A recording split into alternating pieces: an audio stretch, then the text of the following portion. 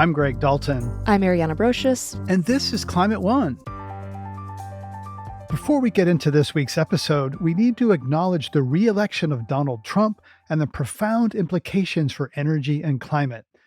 In his first term, he eroded years of progress on environmental and climate goals. On the campaign trail, he vowed to gut the IRA. And in his election night speech this week, he promised to tap what he called the vast stores of liquid gold on America's public lands.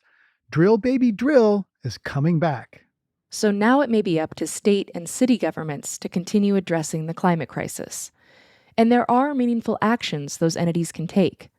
Much of the energy we use runs through wires and pipes regulated locally via building codes and land use policies. Of course, we'll be following all of that in the coming weeks and months here on Climate One. The election really drove home how divided our country is.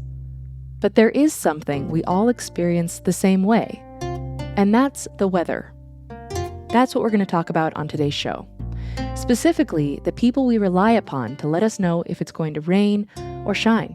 Right. TV meteorologists are beamed and streamed into many people's homes every day, and they're often the only scientists the general public hears from on a regular basis.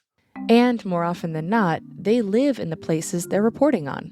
They're talking about storms and floods and extreme heat that they're also experiencing firsthand. Weathercasters are trusted by their communities.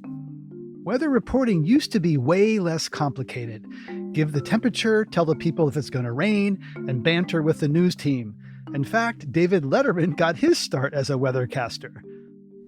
Most of Missouri is under a flash flood watch. The same holds true for Iowa, and flooding all over. In fact, portions of... His college degree was in telecommunications, so I think it's fair to say that he was more of an entertainer than scientist. And then there's Al Roker, who's been on TV forecasting the weather since 1974. He's a legit climate guy. I saw him speak at a climate conference last year. Yeah, and as the weather has gotten more and more extreme, he started including climate messaging in his forecasts. The United States is 1 degree warmer on average than 20 years ago. Take a look at some of these stats. The 90-year trend, 1 to 4 degrees of warming across much of the United States. And so our climate obviously is changing, and we continue to watch it. For today, sunny and cool temperatures. According to a recent study out of Yale, 60% of Americans are worried about global warming. Some TV meteorologists say that the majority of their viewers want to hear about climate connections in their weather reporting. For others, that's controversial. Climate doubters may be a noisy minority, but all of us are seeing more and more extreme weather hitting closer to home, happening more often, and no one knows this better than John Morales. He's based in Miami, and he reports on the weather for NBC6. He's been in the business for 40 years. You might not know his name, but you might have seen the video of him that went viral in October during Hurricane Milton. Here was this expert reacting to one of the most terrifying hurricanes he'd ever seen. Incredible hurricane. It has dropped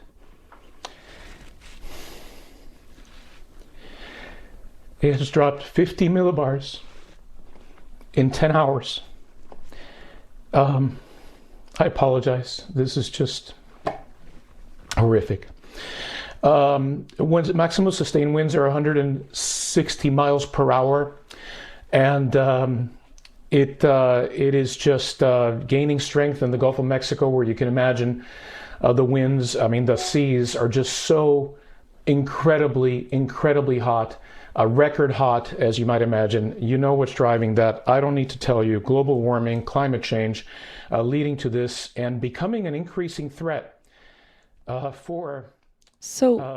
Take us back, if you don't mind, to that moment. What was going through your mind when you were delivering this report to your viewers? Well, you have to keep in mind, first off, I was up very, very late the previous night because the NBC station had asked me to be in the studio, particularly because the biggest audience of the week generally follows the big NFL game on Sunday night. But that NFL game got delayed by weather, ironically. The game started very late. The newscast started at 1:15 in the morning. And because I live far from the TV station, basically I didn't get to sleep till between 2:15 and 2:30. and the hurricane was already rapidly intensifying.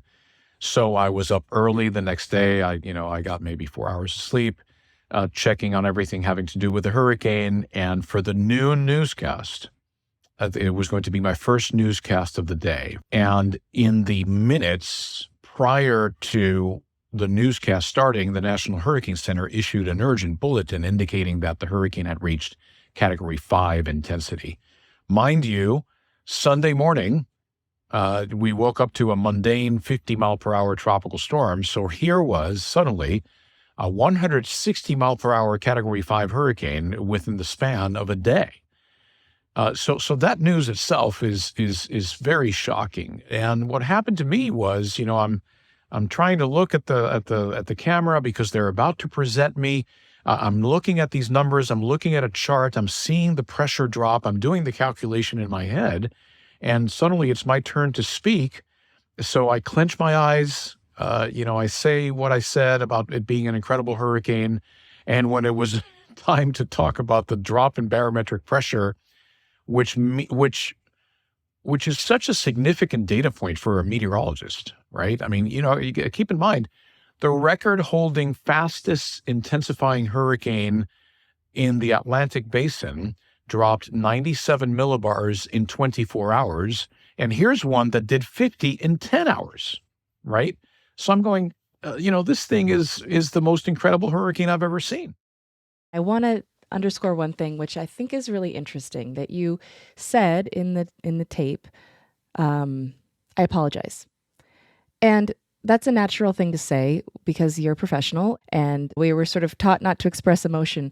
But you're also trying to communicate that this is a really, really serious thing coming right now. And I feel like you were just kind of being a human. And I'm curious what you were thinking. Like, did you feel that you needed to apologize? Did you feel that you had somehow overstepped or? Yeah, I mean, I was just a little bit embarrassed. I mean, to be completely honest, Yeah. I didn't see that coming. I mean, there are underlying reasons that I can point to as introspection of how I got to that point. However, I could have not expected it to make me, break down or lose my composure on TV. And by the way, I mean, there's a lot, I've been doing hurricane coverage for decades, and there's a lot of other semi-viral moments that have happened along the years. I mean, I've cursed on TV and didn't get fired. I sometimes I've been extremely stern with the public. I remember this time during Hurricane Irma, telling people in the Florida Keys, my statement was, if you're sitting on a Florida Key right now, get out, right? Yeah. So I mean, there's all these, but this one was different.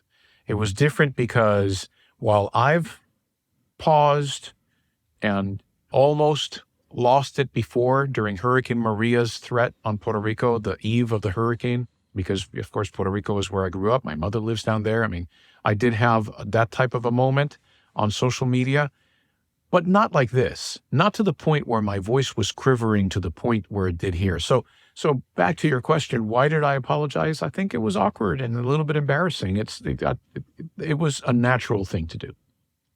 And, for viewers that have been watching you for decades, it kind of underscored that you are a person in the community that, they trust you, you bring them reliable reporting, that you care. And I think that really transcends the screen in a sense. But this happened when the news was still fresh with images of Hurricane Helene, which of course wreaked havoc on the East Coast, killed more than 230 people. And so for Floridians who know and trust you, this did really drive home the urgency of this particular storm. And I'm curious, what have you been seeing and reading and researching in your career that has gotten to today where we're really seeing these incredible storms happen?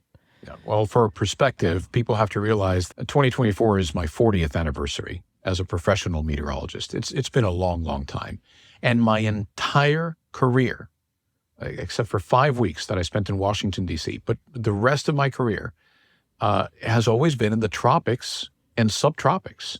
I've been monitoring, analyzing, and forecasting hurricanes for 40 years, right? So the changes I've observed them in real time, and there have been changes, right? And by the way, I mean, I'm going to say these things, and I'm just not just saying them anecdotally because John Morales saw them. These are things that are backed up by peer-reviewed science, right? And there is definitely a greater proportion of the tropical cyclones that are forming anywhere in the world that are reaching violent Category 4 and 5 intensities. It's not that there are more tropical storms and hurricanes as a whole. It's not that the count of every single tropical storm and hurricanes is higher, but the percentage of the ones that are forming are reaching these incredible intensities. And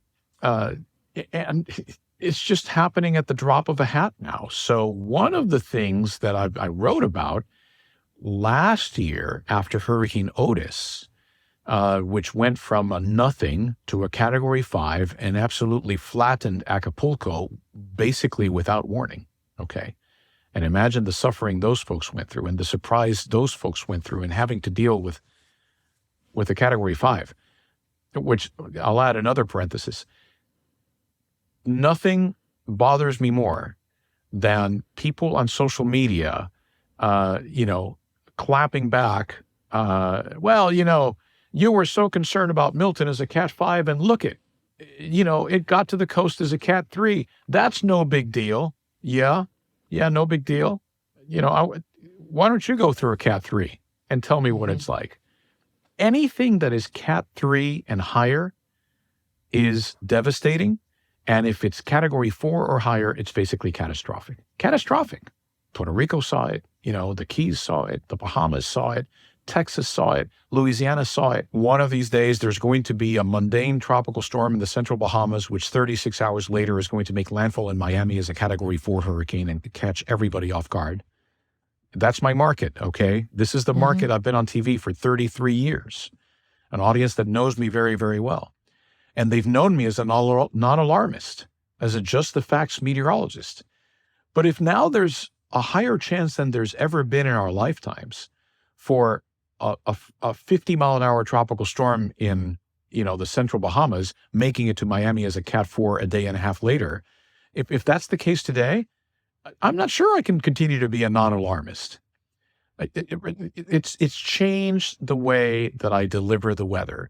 Well, and you're referencing, obviously the things most and are experiencing there are hurricanes. But if we're seeing the same kind of growing intensity of a lot of other weather events too, right? Intense rainfall, flooding, intense droughts, a lot of things are being amplified by climate. And so, even in that clip we heard at the top, you make that connection pretty quickly. You say, we know what's causing this. It's warmer oceans, it's climate.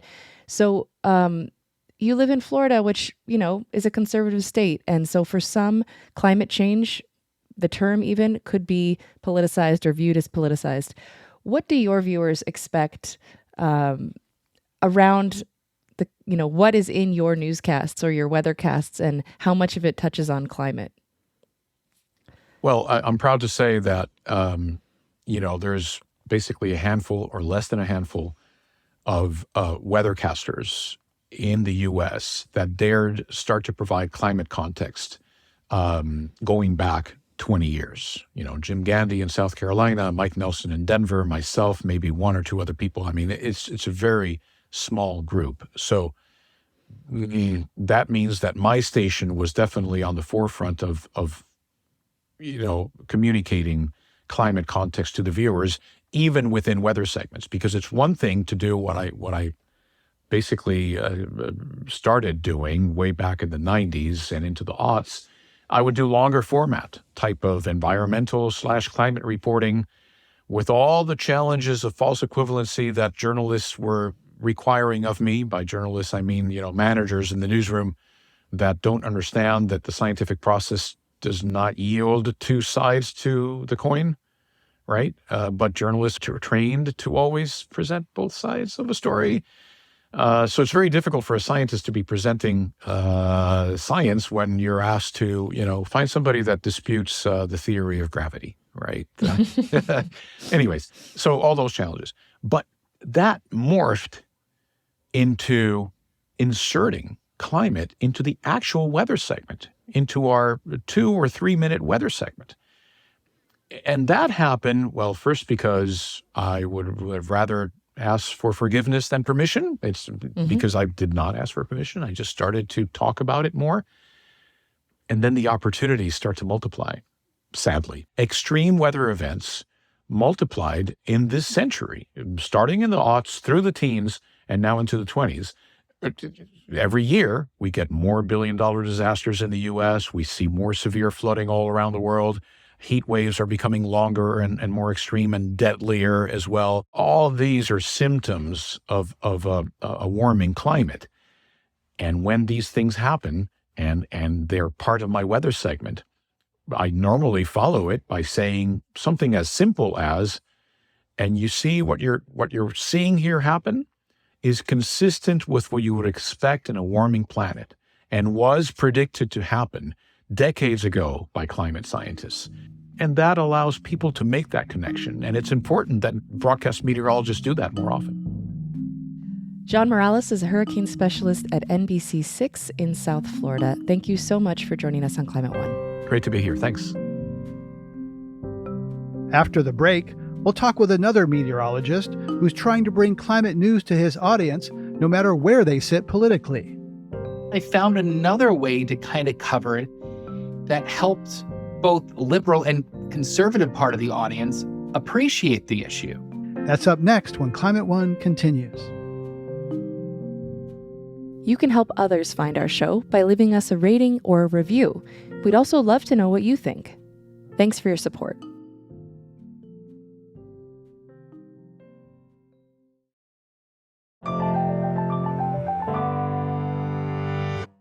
This is Climate One. I'm Greg Dalton. And I'm Ariana Brocious. We've talked about how TV meteorologists are in a unique position. They can reach people that other climate scientists and communicators often can't. And it's also true that TV meteorologists aren't always climate scientists themselves. And with the huge amount of new information coming out that might shape their reporting, they don't always have the time or the resources to dig into the research, especially as they're preparing to go live on the air every day. But there's a program that offers them tools to better understand and more effectively communicate the reality of the climate crisis. Bernadette Woods Placky leads Climate Matters, an organization that provides resources like data analysis, localized graphics, and science explainers to local media who want to tell climate stories. Not long ago, a lot of TV meteorologists were skeptical about climate change. They were a tough audience. And from the polls really moved from 2010 to 2017, from about half to almost all of meteorologists accepting that climate change is happening. So what changed during that time frame with this audience? Well, I think that there's a few things that changed. First of all, most TV meteorologists weren't anti-science. They just had questions, and they were looking for a solid source to answer those questions. Yeah, I get that. And I'm still puzzled by that after the IPCC had come out with so many reports and there was this international consensus that this group of professionals trained in meteorology still didn't accept, the scientific consensus. But I guess... Well, there are a lot of people out there, unfortunately, who weren't accepting of the science, correct? And you're correct that they are trained in atmospheric science. There was also a lot of misinformation out there that was coming at TV meteorologists. And that misinformation was targeted at them. And so that adds another layer of their confusion of who to trust, who not to trust with the state of the science as it continued to evolve as they were actively working. And you have to understand that TV... Wait, hold on. Can I just ask, are you saying the oil industry, the fossil fuel industry targeted TV meteorologists in their misinformation campaign? Well, the Heritage Foundation had sent out information to TV meteorologists during this time. Okay, so that's a yes. So they were targeted. And I remember seeing and holding in my hands some real slick materials intended to sow doubt. Most of my learning around climate change came in this current position at Climate Central. I didn't know as much when I was on air, but I don't think I was unique. Most TV meteorologists they ground themselves in science, but they're not keeping up with every single publication that comes out academically, with every other thing that they're balancing. And then on top of that, think about this. So TV meteorologists are used to being told all the time how they're wrong, right? And They want to really understand the scientific connection to something before they feel that confidence going forward.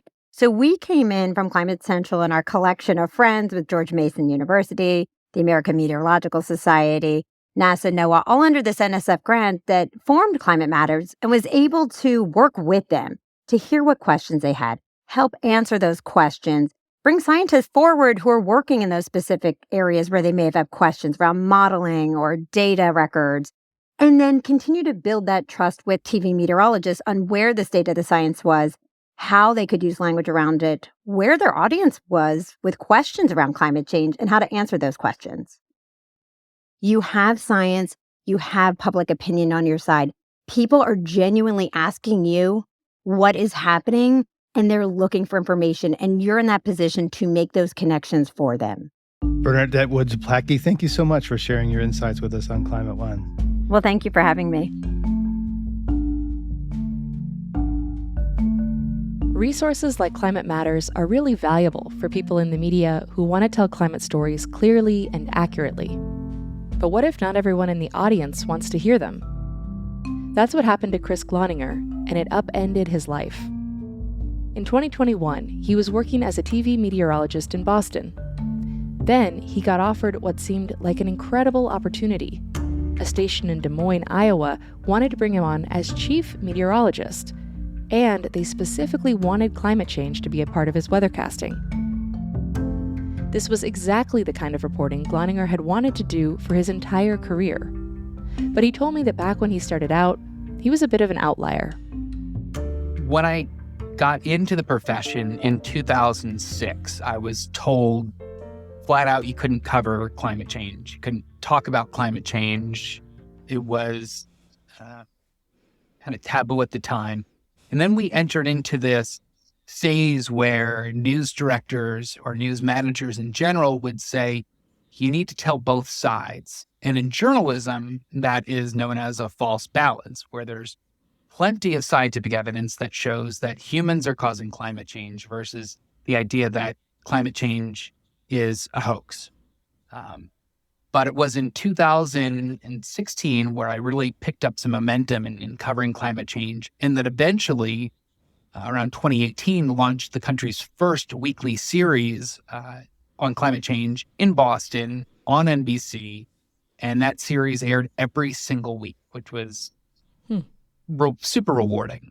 Yeah, and to have pioneered something like that is really cool. I mean, so you obviously, I would assume, had support at the time from your station. Were you in charge of most of that content? Were you creating it? I had the help of an executive producer, and for us to pitch a weekly series, we needed to have a sustainable stream of content. And management at the time, I think, worried that we'd run dry of stories, but in a city like Boston, it was impossible. It was overwhelming how much content there was. And then it turned into prioritizing which stories we really needed to tell immediately, right? The infrastructure system, the T or the subway system in Boston, incredibly vulnerable. And that was one of the first stories that we covered versus other stories about the switch to renewable energy or the mitigation side of it, which is important. But really, we're starting to see chronic flooding. We needed to tell those stories up front. The management at the time saw it and said, yeah, okay, we'll give you this series and you can do it weekly. Okay, so you've been in Boston, and in 2021, you were offered a job as chief meteorologist in Des Moines, Iowa at KCCI. And this was a big step for you, right? It was a promotion. It was also a quite different place than where you'd been living. So what did you think about when that offer came in, that job offer came in?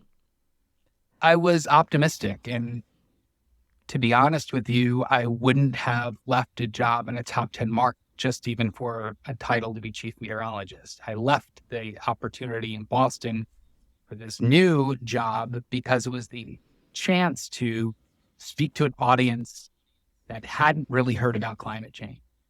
Previous chief meteorologist at the station, the previous two chiefs didn't cover it, didn't talk about it, didn't integrate it into their evening newscast. I saw it as an opportunity. Yeah. So let's get into that. So you accepted the offer. Talk about kind of how you began to do that, how you incorporated climate into your experience working there. We wondered when the right time would be to do it. But we had one of the hottest summers on record. We had the largest tornado outbreak on record in the state of Iowa. It didn't happen during tornado season. It happened in December. It happened a couple of weeks before Christmas. I said, we need to do this now. And I would find ways to weave it in to my weathercasts. It wasn't a standalone feature that I did in Boston, where I was the weekend meteorologist and did the climate reporting during the week. But I would regularly tie it in to the evening newscast in only 30 to 45 seconds. Wasn't preaching, wasn't talking down to people in a way where I was educating them or feeling that they didn't have the education to understand what I was talking about or understand the science of climate change. But I found ways to kind of connect with viewers and talk about how many more 90-degree days we had during the summer, to talk about how we're seeing an increase in heavy rain events causing flash flooding. But at this flip side, we have this weather whiplash where we can go into extreme droughts in a short amount of time.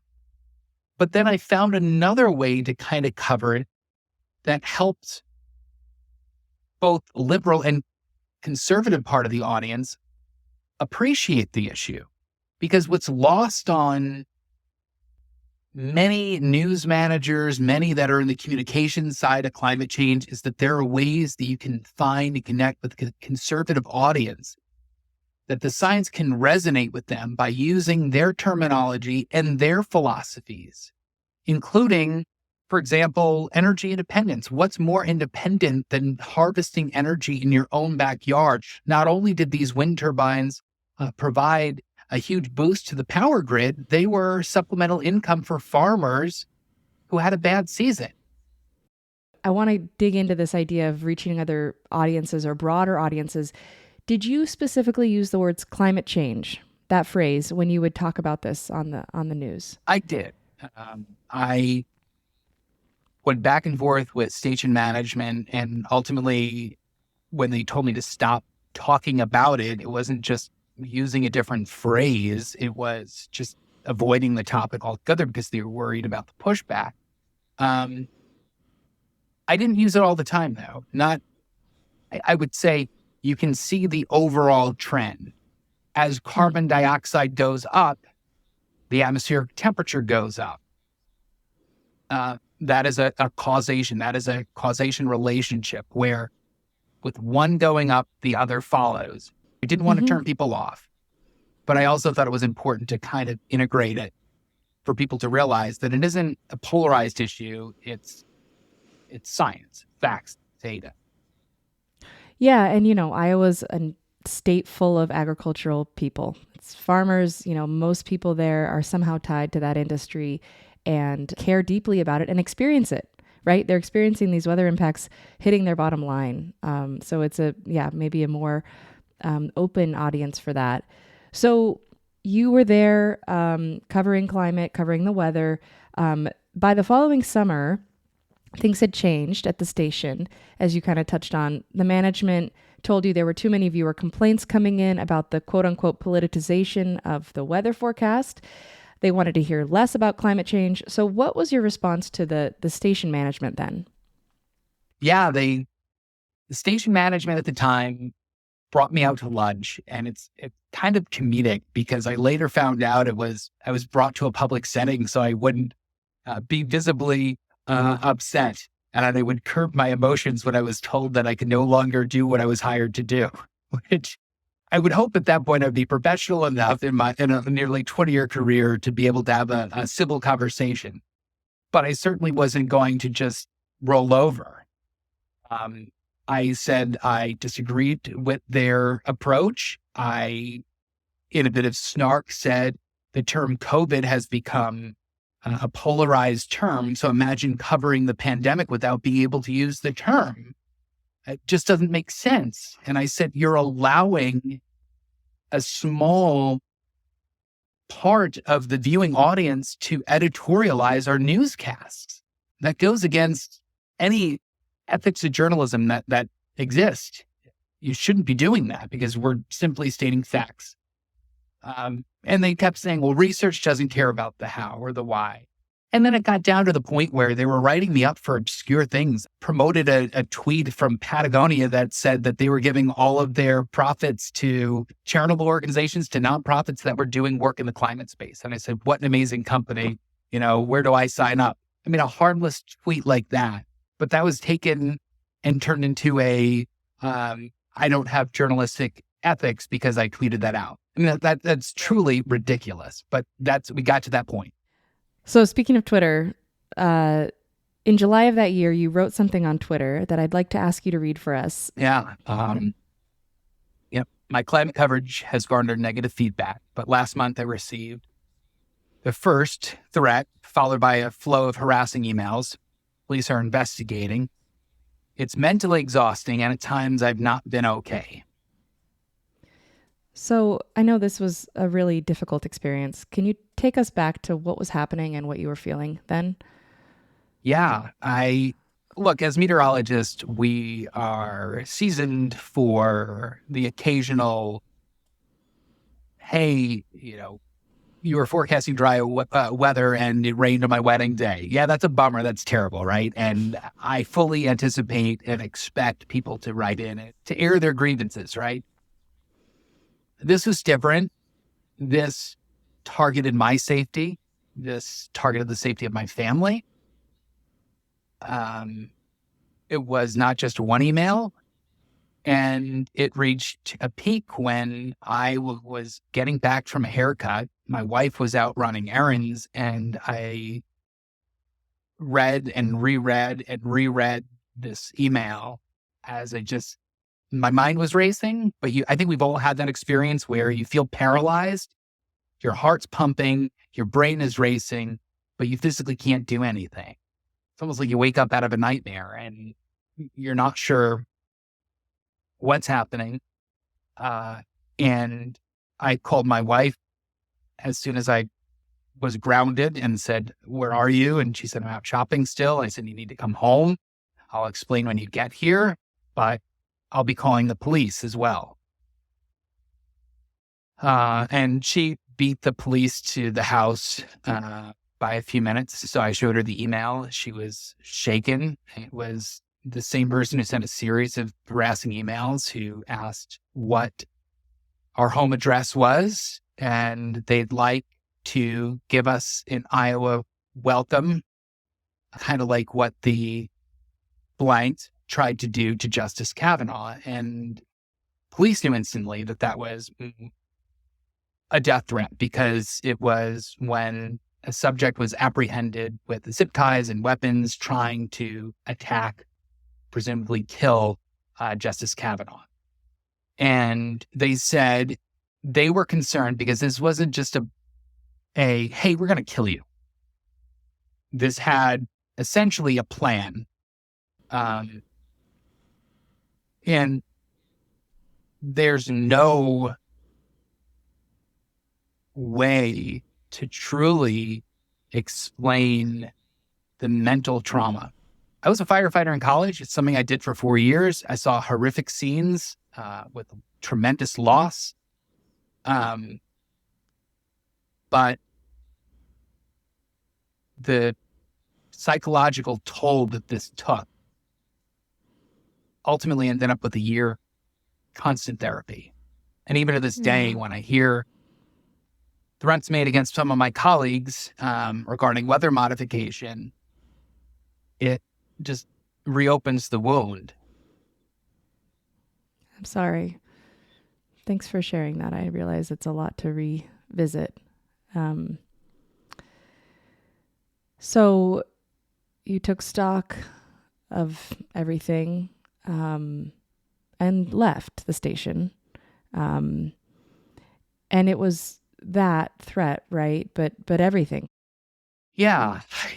I think if it was just one thing, we would have been able to manage and push through. But when you make a personal sacrifice, and I think I'm more emotional about this than I am even the death threat. When you make that decision to go to a new part of the country, uproot, invest in this new town, make friendships, try to do everything you can to become part of this community. And then you feel like you were abandoned. Honestly, it's unforgivable what station management did. I look back at it and I mean, it was the ultimate form of betrayal. And I wasn't going to stay there just to be chief meteorologist. Yeah. I'm pretty open about this. I mean, I went into a sector which pays what it pays. I love my new employer, but ultimately took a $70,000 pay cut, which is really hard to stomach. But I did it because this is the biggest issue of our lifetime. I wasn't going to stay to get paid just to tell people what the next 7 days were going to be like. I just didn't feel like that was right. I felt like I should be doing more. So it's been a year of a lot of ups and downs, a lot of struggles, a lot of hardships. But I think that the rawest emotion I have is the sense and feeling of betrayal. And I felt like I was crazy. They were telling me to stop talking about it. Yet they hired me to do that. And I felt like I was literally going crazy. Like, did I misinterpret what they were saying? Was it, mixed messaging? Where did this go off the rails? But there was this tweet that I saw that was when the Washington Post first covered the story. It was Matt Serwe, is now a meteorologist in Minneapolis.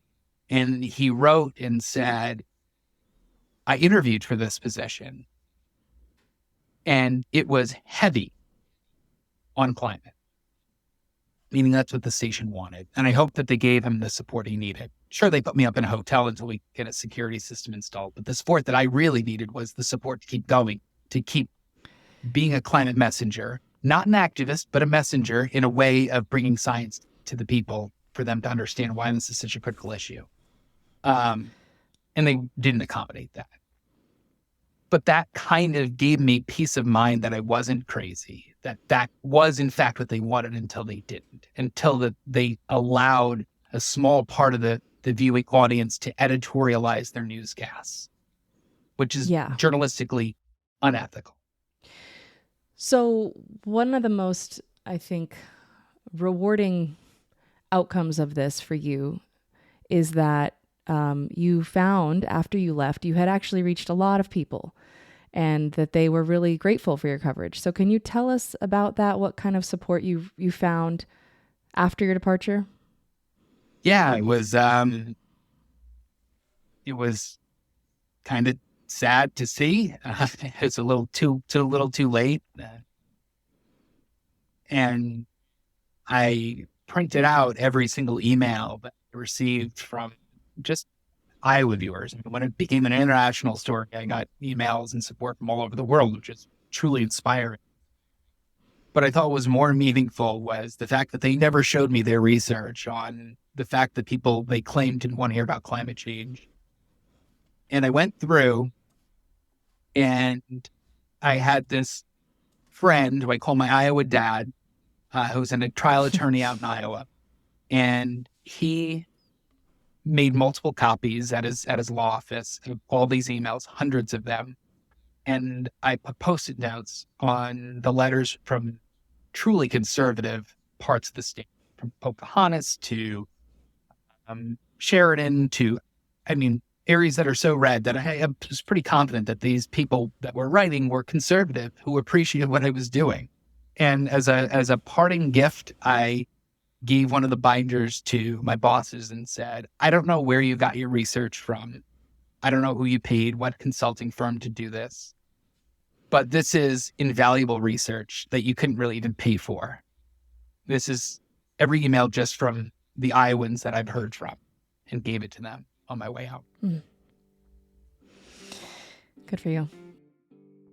Chris Gloninger is a former TV meteorologist, now working as the senior climate scientist at Woods Hole Group. Thank you so much for joining us and sharing your story on Climate One. I'm happy to be here. Thanks so much. We're going to take a quick break. And when we come back, meteorologist Amber Sullins describes how broken heat records in the summer of 2020 got her Phoenix audience interested in climate change. We were not breaking heat records by a day or two or a degree or two. We were beating them by weeks, by 10, 12 degrees. I mean, it was ridiculous. That's up next when Climate One continues.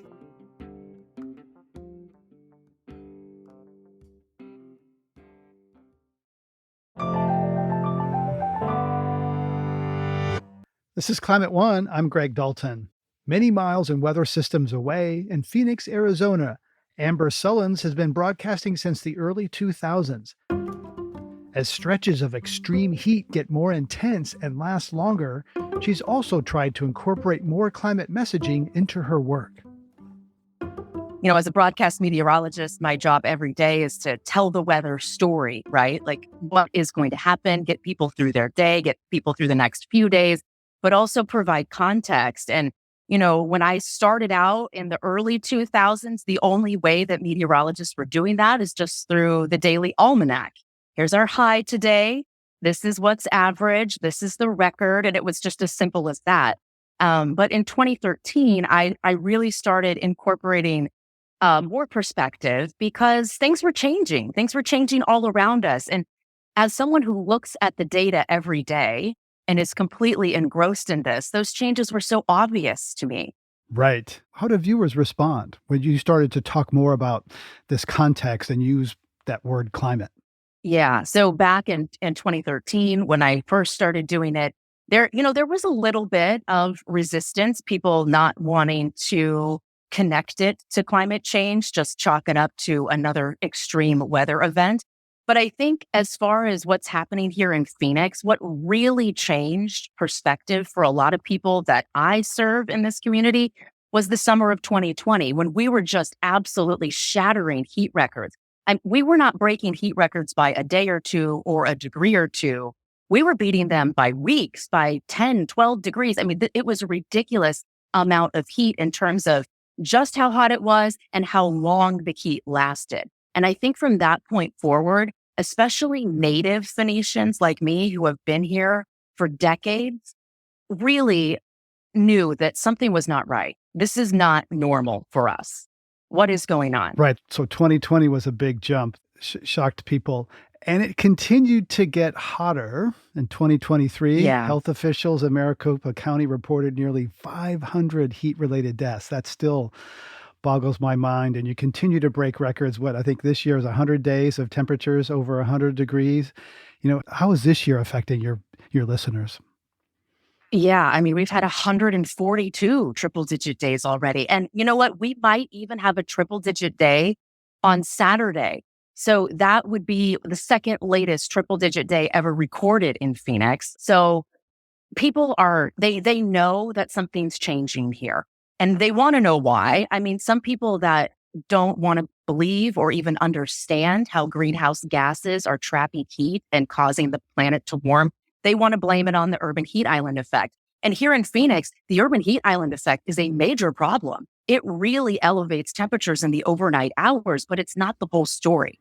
And the heat island effect is when concrete and asphalt absorbs heat from the sun, making cities hotter than surrounding areas. Yeah. And so I try to give viewers perspective on, here's what's happening with the overnight lows. We know that a vast majority of these really hot overnight temperatures in Phoenix and the center of our heat island are really driven by the heat island effect. But the heat island effect has a much lesser footprint on our daytime highs. And those are getting ridiculously high too. 110-degree days. We now had 70 of those this summer, 70 days at 110 degrees or hotter. How has all this extreme heat affected you and your family? Well, I mean, it's a different world. I was born and raised here in Phoenix. So I know how our summers used to be. We used to be able to at least escape the heat by going to the local swimming pool. But now, in the dead of summer, the pool feels like a hot tub. So we're not getting that relief. And then now we're coming into right. It was right. It's very tepid. It's not refreshing. But we're also getting into the heat stretching now so far into fall. So that's affecting our kids when they go back to school. There's days when we're under excessive heat warnings and the little children are not allowed on the playgrounds for recess because it's too hot and dangerous. They have to stay inside. It's affecting the fall sports that our kids are able to participate in. And it's really becoming a dangerous situation in terms of the risk of heat exhaustion and heat stroke while our kids are out playing in these sports. And that even goes into late September and October. We had a 117-degree day in late September this year. It broke the daily record by nearly 10 degrees. Wow. And this has also hit home for you. I think your son is a high school football player. How does it affected him? Yeah, he plays football. His games are Saturday, middle of the day. And that 117-degree day that I told you about, that was a Saturday. And as a meteorologist, I saw this coming. I saw the heat coming the week leading up to it. And I'm waiting to hear from the coaches, okay, the game's going to be canceled or it's going to be rescheduled. I hear nothing. And by Thursday, I think to myself, well, my kid can't be the only one having to deal with this. So I start to email leagues all across the valley, just saying, hey, this is Amber Sullins, your chief meteorologist at ABC 15. I just want to let you know, in case you haven't checked the weather forecast, that we're under an excessive heat warning on Saturday. It's going to be 117 degrees. What's your heat contingency plan for these games? Because these temperatures are not safe. And the heat risk sent out by the National Weather Service and the CDC says that the risk for heat exhaustion and heat stroke is extreme. Wow. So please let me know what your plan is. And a lot of the leagues got back to me and said, thank you so much for bringing this to our attention. We're making some adjustments. Some leagues didn't respond at all. Some leagues only canceled afternoon games. But I think this goes to another really important point that let's say it's 117, that's our high. We hit that at 4 o'clock in the afternoon this time of year. By noon, it's already up to about 107, which it was that day. 107 degrees at noon is not the same as 107 or 107 degrees at 5 or 6 p.m. because of the UV index. It feels a lot hotter. You're getting that radiational heat on you. So now we have to broaden this. Okay, we can't have the kids out there during the hottest time of the day, but we also can't have the kids out there during the time of day when the UV index, that radiational heating, is making it feel even worse. So what happened to your son's game? It did not get canceled. So I woke up Saturday morning and my boys were getting ready for the gate, my son and my husband. And I said, what are you guys doing? And my husband said, well, we're going to go to the game. It wasn't canceled. And I said, what do you mean it wasn't canceled? So, as a meteorologist, I'm, very concerned. I sit down to breakfast with my son and I say, SJ, it's going to be 117 today. And he's like, yeah, Mom, that sounds really bad. I said, how do you think it's going to feel in those pads, those football pads? He's like, yeah, it's going to be brutal. I said, I think you can handle it, but let me ask you this. As a quarterback, do you think that the offensive line was supposed to protect you? Do you think that those guys are going to be okay in the heat? Wow. Mm-hmm. And he said, yeah, Mom, you're right. I don't think I should go. So we polled him. His team still went out there and played. Whoa. And he had a little bit of FOMO, a little fear of missing out. He was a little bummed, but I felt like, I had a responsibility as his mother and as a meteorologist who knew better to have this conversation with him and not kind of lay down the law and say, you're absolutely not going, but to give him the information and talk him through it so that he can think critically about whether or not this is a good idea. That's quite a story. Perhaps a leadership moment for him of some sorts. This is getting into totally new territory for all of us. And a video of broadcast meteorologist John Morales breaking down on air while reporting about Hurricane Milton recently went viral. I'm curious what your reaction was when you saw that video of John. Well, I've known John personally for many, many years. We were connected through the American Meteorological Society. John and his son were visiting years ago. I took him for a hike on Camelback Mountain, kind of showed him the lay of the land, and we talked about climate change on that hike. And so I know him, and watching that video was very, very powerful because I know that was real, raw emotion. This really weighs heavily on him, as it does a lot of people who know and understand weather and climate. And So I could feel it along with him. He's in a unique position now where he's kind of semi-retired and he could be a little bit more candid on things than some others can be. And so I think that's a very powerful position for him to be in as well, to really kind of take us into the future and be a catalyst for change. So meteorologists sometimes describe their work as protecting people, you said a little bit, getting people through their day. Have you ever come close to breaking down yourself, wanted to cry or shout or scream with what you're saying? I think it's for me, it's more anger and annoyance than sadness. But the week leading up to my son's game not being canceled was very frustrating because you feel like you're shouting from the rooftop and it's falling on deaf ears. So yeah, I think we just need to keep going, presenting the facts and empowering people to make good decisions, but also be willing to maybe take it a step further if people aren't listening, like I did for the heat thing. Like, I want to know how you're going to keep people safe. Right. Phoenix is pretty conservative area. Are you aware of the political market that you're operating in, whether it's, within the company or within the viewers? Yeah. Do you feel like there's some constraints? Well, I'm very careful to keep everything that I am talking about very, fact-based, because that's what I think people need. And a lot of us, we have different roles in communicating what's happening to our climate. And my role as a meteorologist who works for a journalism company is to stay out of the policy side and to just present the facts.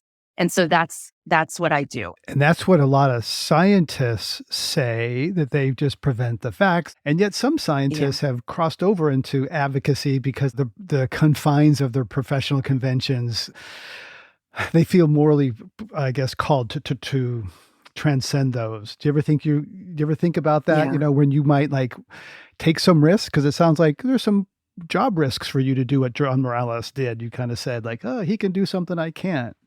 Well, I think we all have a role to play, and that it's going to take all of us combined. We can't be all things to all people, right? Everybody is going to have their specific lane and their role to play in this. And mine is to not try to alienate even one single viewer, but to bring them all in. Amber Sullins, thank you so much for sharing your insights from Phoenix with us. Thank you. Thank you for having me. And that's our show. Thanks for listening. Talking about climate can be hard and exciting and interesting, and it's critical to address the transitions we need to make in all parts of society.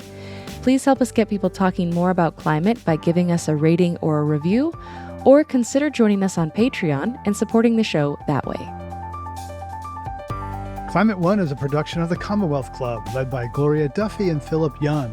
Our team includes Brad Marshland, Jenny Park, Ariana Brocious, Austin Colon, Megan Basilia, Ben Testani, and Jenny Lawton. Our theme music is by George Young. I'm Greg Dalton.